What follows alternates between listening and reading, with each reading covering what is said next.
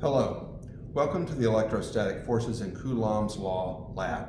This is the first video of the electromagnetism and optics portion of the course. Let me explain a little bit about how things are going to work. In your lab manual, there are places where you're supposed to gather data or observe something and write down what happens. I'm going to be doing that part of the lab for you. I'll collect the data, I'll run through the portions where you're supposed to observe what happens and take notes and look for certain things.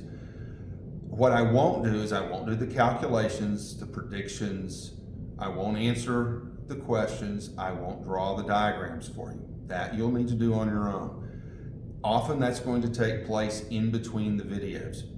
Sometimes I'll say pause the video here, do this, and then restart it. Mainly because I don't want to run a 15-second video.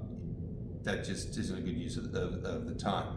And there'll be times when you'll want to pause things just to kind of get a closer look at some things and maybe copy down some values in some of the other labs. One word about predictions. A prediction is what you think will happen. If you're asked to make a prediction, just tell us what you think is going to happen. It doesn't have to match what actually does, okay?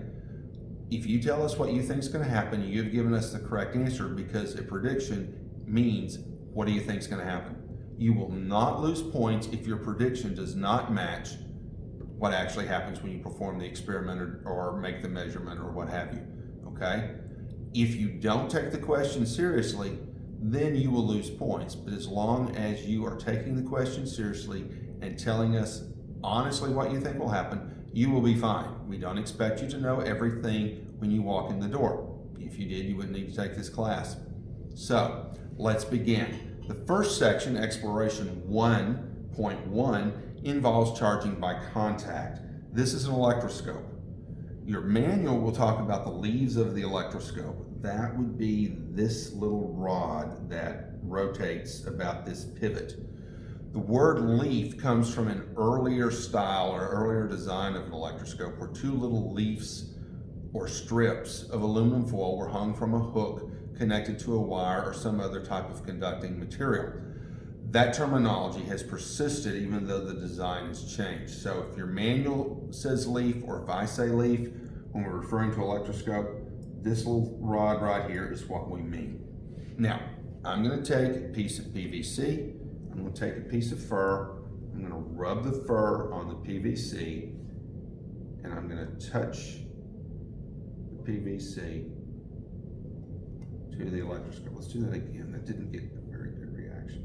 There we go. Okay, you can see that this rod, this leaf, has now deflected away from the vertical rod, which is mounted in place by the screws here at the top of the ring. Okay?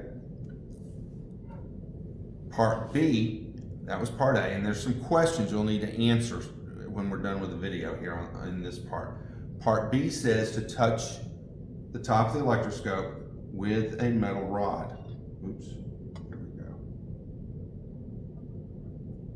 The electroscope didn't quite swing back up. There's a little bit of grit down in here, which is very difficult to get out. So every now and then the rod or the leaf will get stuck in place, in which case you just generally just a light tap on it will kind of knock it loose. I hate to have to do that, but every now and then we do. So we're going to do this again.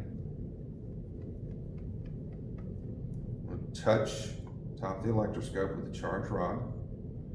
The leaf is going to deflect, and this time I'm going to touch the rod or the electroscope with my finger. And you can see that once again, the rod is returned to a vertical position. So at this point, I'm going to stop filming. I'm going to let you answer the questions, and then we'll go on to Exploration 1.2, which is charging by induction.